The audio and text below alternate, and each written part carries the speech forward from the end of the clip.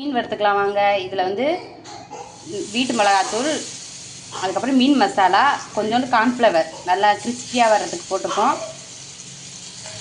தோசைக்கல் அடுப்பில் போட்டுட்டு நம்ம ஃப்ரை பண்ணி எடுத்துக்கலாம். ஏற்கனவே மீன் ஒரு பேட்ச் வறுத்தாச்சு. இப்போ பாருங்கள், ஏற்கனவே ஒரு பேட்ச் மீன் வறுத்தாச்சு. இதை எண்ணெயில் போட்டு எடுத்தால் சூப்பராக இருக்கும். நம்ம இன்றைக்கி தோசைக்கல்ல தான் போட்டு எடுத்துருக்கோம்.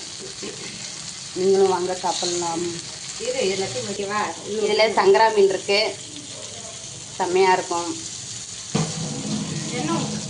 வாங்க சாப்பிட்லாம். சண்டே சமையல். இதில் அதை ஒன்று வாசனைக்கு கருவேப்பிலை ஆட் பண்ணிக்கலாம். நல்லா வாசனையாக இருக்கும்.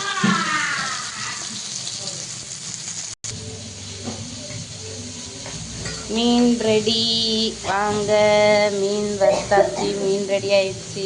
பாருங்கள், சின்ன மீன் செம்ம டேஸ்ட்டாக இருக்கும். பெரிய மீனோட எப்பயுமே சின்ன சின்ன மீன் ஃப்ரை பண்ணாலும் குழம்பா வச்சாலும் நல்லாயிருக்கும்.